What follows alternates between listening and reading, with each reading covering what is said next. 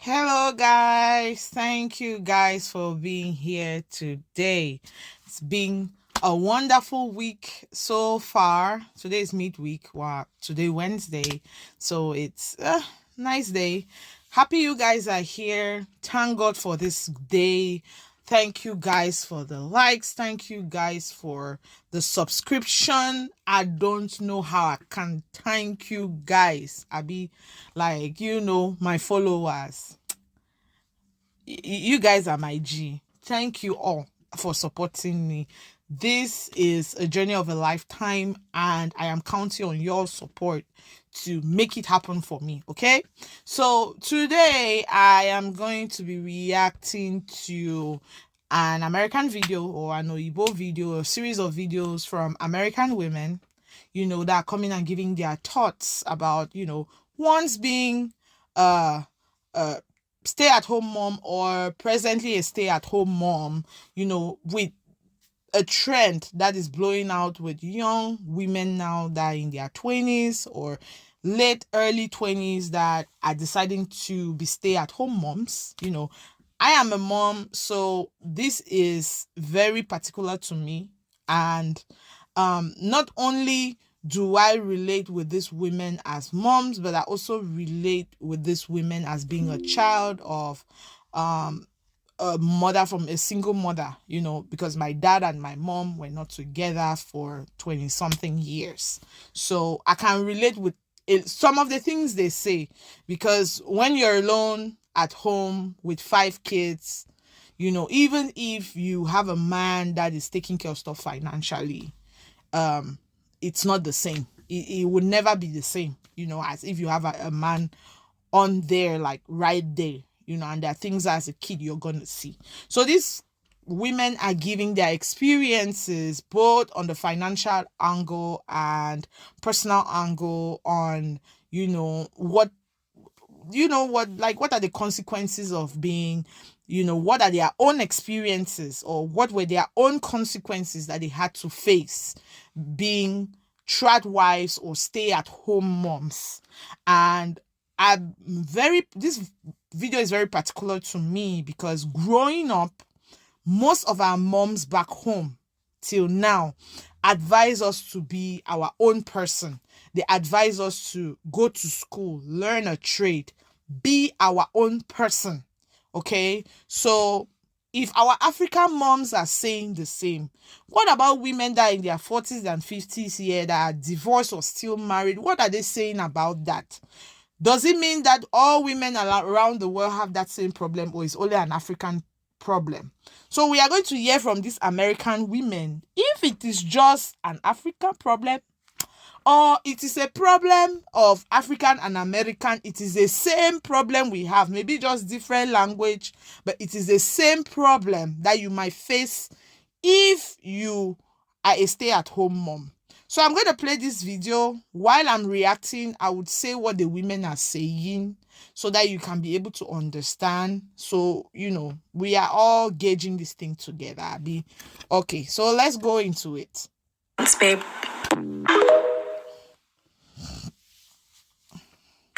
Why is tradwife content suddenly blowing up? Because people my age that were traditional wives are getting divorced and realize that they threw 20 years of optional, available, could have been energy into the workforce, into their future. They threw that away doing laundry and watching their kids. Now, so this woman is regretting, and she's saying that some women are trending now and some women are talking so much about this because some women like her or like herself that in their 40s and 50s threw away their 20, 30 years taking care of kids, doing laundry, in that perspective, the context is doing laundry, but taking care of kids. Okay, so let's go ahead. Don't get me wrong, I wouldn't trade staying home with my children for anything.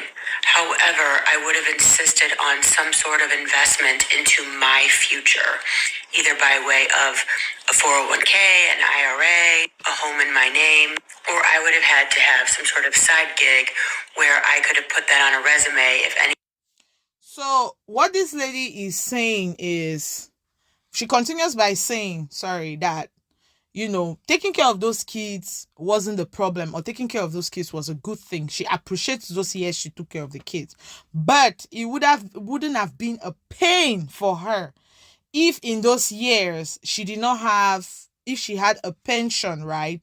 Or if she had some kind of saving, if she had investments, if she had a house in her name, a car in her name, if she was doing something on the side that would have put her name on a resume that she can find a job with, that if she had all these things, had something going on while she was taking care of these children, right?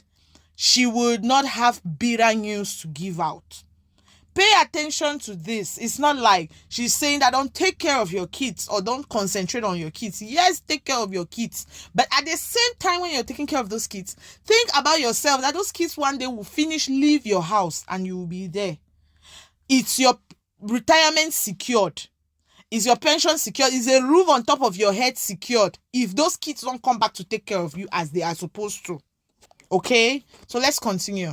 Anything happened to my husband or our marriage. And so people my age, women that are in their 40s and 50s that have raised their children, who have been traditional wives, are coming forward and talking about the realities of that.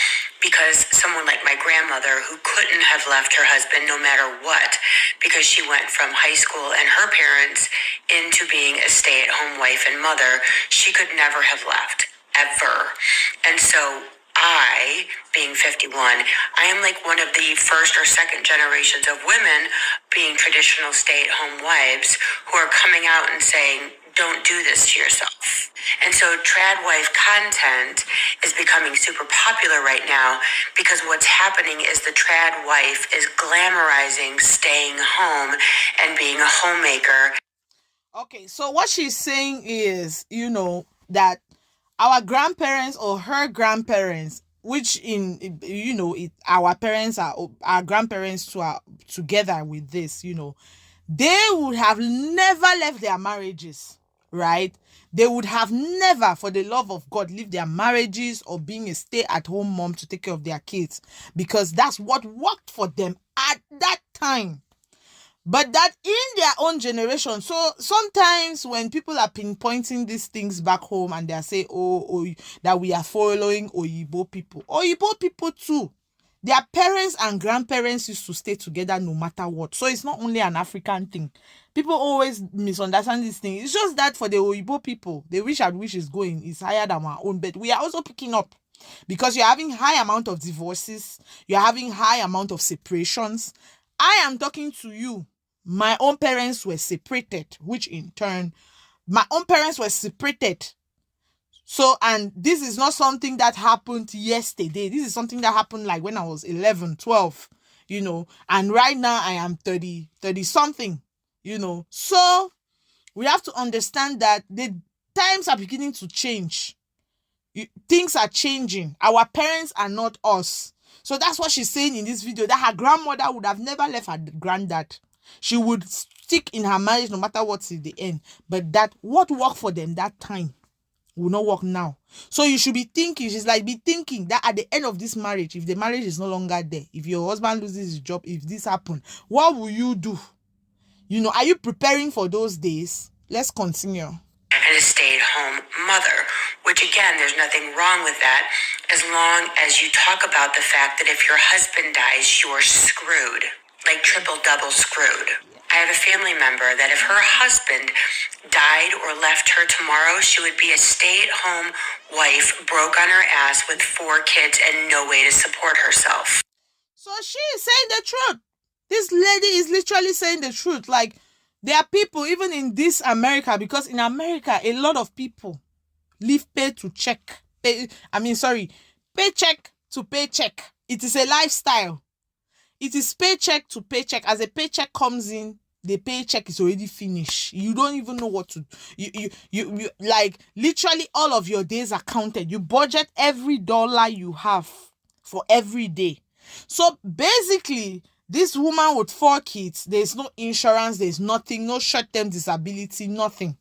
If her husband literally dies, she and her 4 children, as is screwed, means finished.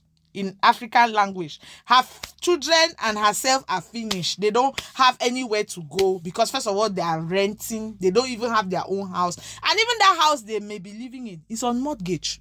She has to take care of those children, take care of herself. So this is reality. This is not social media life. This is reality. People are talking about their reality. Let us continue. Or if he died, she's completely screwed. And for all of you out there that say, just marry a really good man, that's great and all. But what if you're sick of this really great man? What if he died? Okay, so she is saying that some people will be saying in their heads that maybe all this thing can be happening to you, or maybe you get abandoned, or maybe you don't. That what if you married a good man? Let me shock you. My father is a good man. He did not avoid him from leaving my mother. I don't know why. I'm not in their problems. I don't know what happened along the line. It is none of my business. But I'm already grown and I'm telling you, my father is a very good man. I love my father to death. But did he avoid him from leaving my mother? No. As a matter of fact, my mother could have been a bad person. I don't know. I'm just saying, As a matter of fact, she could have been the problem. But we are the children. We are seeing the consequences of it. Does it cancel the fact that my father could have been a good man? No. So, this is what she is saying. You, in your mind, that you are thinking that you should marry a good man. You don't know the future. You don't know the future. You don't know what the future holds for you. So this is a woman giving her own advice. Let's just continue listening. What if he becomes incapable of going to work? It's not that trad wife content is extremely popular right now. Everyone's being mean. What's happening is that we are the second generation of women coming forward to say, quit being so goddamn stupid and protect yourself. 50%. Protect yourself. That's what she said. Protect yourself. That is the key word. You're not working. You're not having experience. You're not investing because you want to challenge anybody or because you want to challenge the man you're married to. Is to protect yourself. Even me that I'm talking to you here, I'm not bragging. I'm acknowledging the husband I have. He's not a perfect person, but there's this one thing he does. He encourages my career. He encourages me to invest on myself as a woman. You don't even need love for that to happen. You need a man that cares about his family, because in his head, he's thinking, if I die today, how would my children fit? So it's not even about you, the wife. It's not even me, the woman, that he's thinking about. He's thinking about those children. You understand? He's thinking about the environment, that he wants those children to be comfortable if anything happens to him. And he believes that he's not self-sufficient, that he can never be self-sufficient. So no matter what, my sister, you guys should pull your ears. Protect yourself. That's a word that a woman use that is very essential. Whether you are in the marriage or not, protect yourself, because at some point, you might have to be the one to save even that your husband that is supporting the family. And because of that, because you're not doing anything, because you have nothing to support, because there's no investment, because there's nothing, you cannot even do it. Okay, let's continue. Of marriages ended divorce. And while he's making $100,000+ a year, you have no skills, no career, no resume, nothing. Except for kids and a dog and God knows what else. You'll be living in an apartment while he's got his new 20-something in his penthouse or the family home. So good luck. So she ended with a very, very important note. I talked about a caring husband. What if you have a husband that doesn't give a hoot or doesn't care like a innocent, like he's not with you? He leaves, maybe he's having his good career he had because you were working and taking, he was working and you were there in the house, stay at home mom, taking care of the children, okay? And then he was there, his career was expanding. 10 years you have given, 20 years you are giving those children. Guess what? If that woman gets tired of you and is like, you don't look like what I want again, I want to move on. Let me tell you something, let me tell you something. The American system, I don't know about Africa, but I'm very sure that in Africa it is worst because I know the experiences. We all lived in that Africa. Here in America, the key is a divorce lawyer. If you have a good divorce lawyer, you could have been in that marriage for 50 years. If the man has the ability to take everything from you, he will take it. Mark my words. Especially if you buy something with that man, your name is not on the properties and stuff like that. You're screwed. You're finished. So the man will finish, leave you. You will be there with those children. You go die, suffer with those kids. You will suffer with them, and then you go. The American system doesn't know that time. The best you can do is get food stamps, do Section 8 to take care of yourself. But that man will be there in his mansion with his wife. New Sweet 16 while you are there because you were in the marriage, you didn't get any skills. You did not go to school. You did not finish college. No certification. Nothing. You're just sitting there. Oh, my husband loves me. My husband loves... See, which husband does not love them? All our husbands love us, as far as I'm concerned. Is there any wife that the husband not say he not love you? They all love us. They all love us. You understand now? But the thing is, you need to get sense. You see now. Or you need to have sense. You need to start thinking that day, as I'm sitting in this house, what am I? Even if it's what? Do something.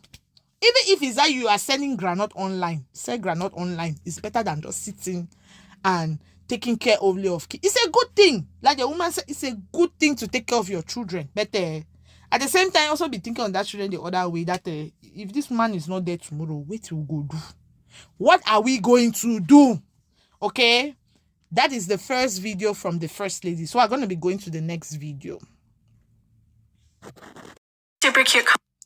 So this next video is more of like a comment that this lady is giving to this comment right here. She's kind of reacting to this comment that 20 something and living in a penthouse. So it's somebody that is surely in her 20s talking about her living in a mansion. A penthouse is like a mansion. That's what it is. Like a really nice mansion.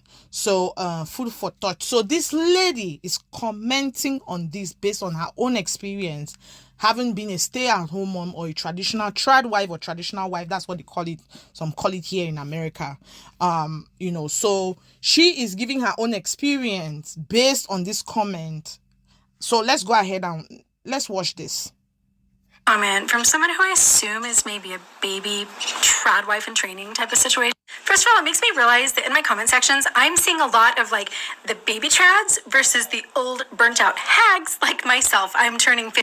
So this lady is saying in a lot of the comments that concern those that are supporting stay-at-home mom, she's noticing that it's more of those in their 20s, like some of those girls that want to live like the baby girl life, don't want to work, they just want to be at home, take care of the kids and just live the baby girl life, versus they in their 40s and 50s that have been out of that stay-at-home mom life, you know, and they're telling them or warning them that is not the way to go. So it's like when she said like the trad wife wars or something like that, or the war, she's talking about the war between the 40s, 50s that are discouraging young girls from doing that versus the 20s or early 30 or 20 girls that are encouraging others to live that single mom life, you know, or that trad wife lifestyle. So she's saying like, let the war begin, you know. Let's listen to her.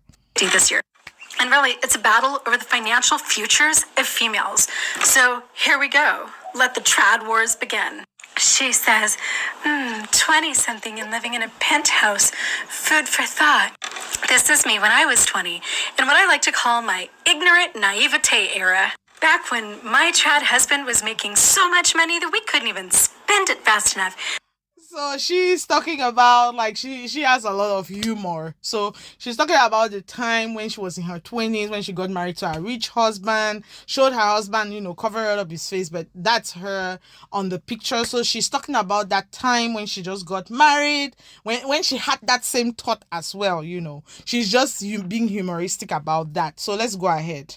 We had the houses and the boats and the RVs and the vacations in Hawaii. Like, hey, honey, what are you doing this weekend? Do you want to go to Maui? Sure, babe. Let me pack my one-piece modest swimsuit and I'll meet you there. And literally, we spent summers in Maui just for kicks. I would watch the sunset over Molokai from a closet. So she's talking about, for those that really don't know what, like, about exotic language. So she's talking about like when they used to live the lifestyle where they would just get up, go to Maui. Maui, I think like it's an exotic place, maybe in Asia. I'm not very exactly sure where Maui is found, but I want to think it's around that area of Thailand or whatever. Or they'll go to Bali, or they'll go to wherever, like to an exotic place, like say just for the kicks, like she just gets up and she just feels like she needs to travel to somewhere exotic. They will go to an exotic place. She would do whatever she wanted to do. Like life was full of very good things. She had it all. Like life was enjoyable, right? So let's go ahead. Off-foot tub with my pretty pink nails sparkling in the sunset. I had friends who weren't trad wives, who just went to college and got jobs, and they lived in these pathetic little track homes, and they drove like Toyota Tercels, while Jake was buying me BMWs and Lincolns for my birthday. And I So she is saying that she remembers when she was living that lavish life with her husband, She used to look at her friends that went to college, were working, that were in the house with their husband, that were not stay-at-home moms, right? That were living their small lives, maybe taking care of their kids at the same time working, and she used to pity them. She used to be like, oh, like, they're living a pathetic life. Why her husband bought her BMWs, Lincoln. A Lincoln is like, some other kind of exotic brand. For those that do not know, a lot of people should know what a Lincoln is, but for those that do not know, a Lincoln is like, BMW, the popular one. Like, she used to drive exotic cars, And let's continue. Let's hear what she says about that. Oh, sorry for them. I kind of looked down my little privileged nose at their working class, pathetic lives. I would make sure that my big diamond ring flashed extra sparkly in the Target fluorescent lights as I pushed my cart. So she's still talking like in humor, that she used to remember when she did all this thing and she was like, oh, they're living pathetic lives, working. Why are they working, and why are they doing all that? When she was, that time when she was a single stay-at-home mom. And then she said she also remembers when she used to like flash her rings at them, her wedding ring or her diamond ring. She'll flash it at them, and she knew she was living the life, like she knew she had it all, right? So let's hear her continue and what she's saying. Full of crap down the aisles, trying to fill my soul up with happiness. Anyway, I'm in a funny mood today, guys. And then the shit hit the fan when we had baby number 5, and I ended up with an ovarian tumor that would literally kill me for a few moments. So she commented that, after doing all these things with these people, that things really hit her, or reality hit her, when she had baby number 5. And with baby number 5, she had an ovarian tumor. So let's continue to her story. And during this, let's call this my fighting for my life phase at age 36, my husband decided he didn't give a shit about me. I had at the time 5 beautiful children, no college degree, no work experience, no credit of my own, nothing in my name. Didn't even really know how to turn on a computer, balance a checkbook. So she said in the period that was her lowest, with no insurance, like nothing to cover herself, no pension, no investment, no skills, nothing, just being at home with her kids. She had that ovarian cyst and everything, and her husband left her. So her husband abandoned her at that time when she was going through all her ovarian cyst and everything, and he left her, like, with her being helpless. She did not even know. She said she couldn't even put on a computer. So she couldn't even do stuff on the computer because the man was in charge of everything. She could not work anything. She could not do anything. She was clueless about stuff. She couldn't do anything. Could do anything. He'd always done that for me. And here's a really sad story from this era. A friend of mine, hoping that she could kind of help me out with my health stuff, introduced me to a Mormon multi-level marketing essential oils company. And I signed up, bought some of the supplements and shit, and did a little class. And all of a sudden one day I got a $76 check in the mail. By this point, I had been in and out of the hospital for 3 years. I could not count on even being out of bed every day. I was having nonstop seizures. The ambulance drivers all knew me by name. And all of a sudden, like the sun breaking through the clouds, I had this little $75 check. And I thought to myself, here's a way that I can actually make a little bit of money from my house. Like, I can be sick, I can be whatever. I looked at apartments in the area. I kind of figured out like what my grocery bills were and things like that. And I thought to myself, if I can get up to like $2,300 a month, I can leave Jake. I don't have to be violently, brutally. So what she's saying is she started figuring out, trying to see what she could do. So she started working with this MLM company. So it's like multi-level marketing company, and she was selling essential oils. And then with that, she made her first $70 check, which is not really a lot, but with that she said she could start inviting people into her home to come and buy her products, and that she was even looking at apartments around, and she was saying that okay, if she could just reduce her bills and everything, maybe if she made about $2,300, which is like $2,300 a month, she could be able to survive. Let's go ahead with the story. Abused, treated like a dog. For $2,300 a month, I can be safe. I will never again. So she was literally still just trying to leave her abusive marriage, because at this point it became abusive because she wasn't getting any help from her husband, and her husband was leaving her, and then he didn't care about her. So she wanted to leave the marriage. So she was trying to figure out, okay, at how much, I mean, maybe with $2,300 or $2,300, I could be able to live a comfortable life in a small apartment, away from this beast, away from this abuser. So let's go ahead. Be caught behind a giant, hickory door. All it would take for me to escape. Here's the sad thing. When I finally got up to like a $400 check and then a $900 check, Jake started to notice and put his name on my essential oils MLM account, and the money started going into his account. So when this devil realized that she started making her own income of her own to be able to sustain herself, the person he couldn't sustain anymore, he decided to go and put himself into the account and started collecting the money in her place instead of her. See, devils exist everywhere. I've heard of the African devils. I've heard of even Yoruba devils, but there are American devils too. You guys should be careful. You guys should be careful that some men that you marry, when you see a red flag of wickedness, you run. Like now, a man can be anything, can even be stingy, but he should not be wicked. Because a wicked person, it can be your downfall. Let's continue. Let's hear what she has to say. And I would spend 13 more years living in those $1 million homes with a madman. The number one predisposer to domestic violence is financial dependence. No adult human. What did she say? That the number one predisposer, so the number one thing that can enable somebody, or that can promote somebody, or can even give somebody the ability to abuse you, is to be dependable financially on that person. See, women are saying it. Our mothers have voiced it. Our aunties have told us.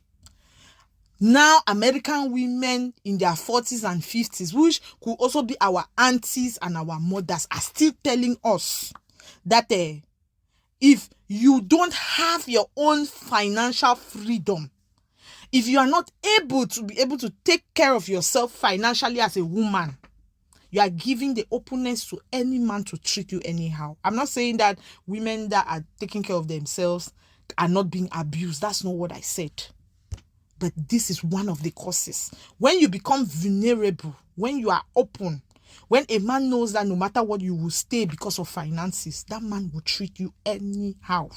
Okay?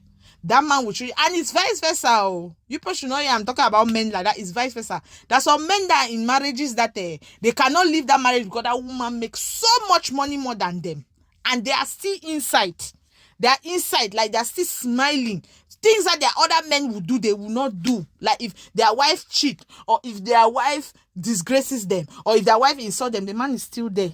And you are thinking that, this normal African man, that if he was, no, some of them are there because that woman, maybe she's making so much money and he is there. His hands are tight. He knows that if he leaves, bye-bye to the BMW, bye-bye to the car, bye-bye to the vacation. And he's like, better let me stay than to lose all of those things.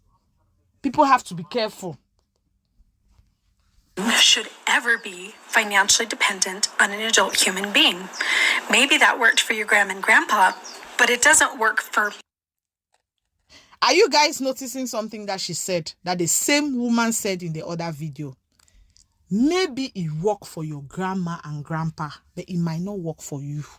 Generations are different. The needs now are different. I'm telling you, my brothers and sisters, everything is changing. Now in most homes, whether in Africa or in America, they need 2 incomes to sustain that home, right? When already one person is taking care of everything, sometimes the stress that person is going through, because of ego, the person will keep taking that stress. And then instead of taking care of that stress personally, he will come and be panabiting you instead. Or will be going to other women outside to be able to get that comfort that he should get because of the stress that he's going through. That's why sometimes, and I always say it, that's why I feel personally that before you get into any relationship or into, I say relationship because you can still be a partner to somebody without being married, and it happens. You guys should know what the consensus is when it comes to you guys living together. Ask those questions before getting into that relationship. Like, what is our plan of action? When we get into this thing, we start having children. What are we doing? How are we going to face it? How are we going to be able to take care of things? As a matter of fact, when I had my both kids, I had to stay at home for about 1 year each for each of my kids. But while I was at home, I was doing something. Either I was preparing for a certification, or I was doing some Uber Eats or something. I was doing something in the side and not just sit down. And I was like, I was just going like that. That's just 1 year. I'm not talking about people that have spent 5, 10, 20 years in the house. Okay, I'm talking for myself. That 1 year, I was either doing the days I'm not able to do. When my husband comes back from work, when I'm been home the whole day with the kids, in the evening, later in the evening, when I know it's a good time to go and deliver, I'll do Uber Eats, do stuff. It was enough for me to bring a little bit. I was able to save even small money, you understand? And I was able to help my husband do some certain things. And I was able to also do certifications. I wrote numerous certifications. Actually, my job I have now, that I'm working right now, the certification I had before getting that job, I did that certification while I was home taking care of my kids. I took months of break and I was at home taking care of the kids. And then when my husband comes back in the evening, he would take over with the kids and I'll be studying and I'll be doing my stuff. Before I know it, when my boy was already 9 months, already good to the time that, okay, he could go to daycare, or, he was already comfortable at daycare, I already started working. I was working, and then afterwards, my kids then went to Cameroon. And then now I am actively working. You understand now? So I don't regret staying at home for those months and taking care of my kids. Because while I was taking care of them at that time, I was doing something. So you can never ever hear me saying, oh, I felt so bad. No. You will never hear me say that. I love those times, each and every moment of those days that I had with my children at home. Because even after those times, I was still able to bounce back. I was still able to go back to the worst. It was not the easiest thing ever. Don't get me wrong. It took a little bit of time because as a woman, those are the challenges we have. When you take a break, even from your normal job, you take a break, you take that 12-week break, you go, and to come back to catch up is not easy. But that is the price we have to pay as a woman. When we carry those children, when we give birth to children, it's a whole experience. And that's how we can be able to talk to our daughters. We can be able to educate them. We can be able to motivate them that if me, your mother, did it, right, you can do it. And you can do even more. Not only what I did, but you can do more. So guys, I don't know your thoughts. share your thoughts on this video. It's very important that I go get your own side. You know, we might just be talking, but people have completely good experiences, married for 50 years, stayed at home and died happily. We are thinking that is the worst thing ever, but you know, if people have better things to say about staying at home moms, you know, especially for if you're from like an African perspective, please, I want to hear your thoughts. I want to know what you have to say. I want to hear your thoughts in this matter. Like, were these women stupid? Were these women blindsided? Or were these women like every other woman that thought their husband loved them, went into this stay-at-home mom thing blindly, and later discovered that it was not it? You know, waiting for your thoughts. Thank you guys for following up with my videos. Thank you guys for the gist. We will continue talking about this unfailingly. You know, I'll be bringing you guys more gist. I'll be bringing more videos. We'll be talking about more things, other stuffs that are really going on right now. Then, you know, we'll be able to talk, and we'll be able to talk more about these things and, you know, detail them out. Okay, well, you guys have a nice time. See you next time. See you on my next video. Peace out.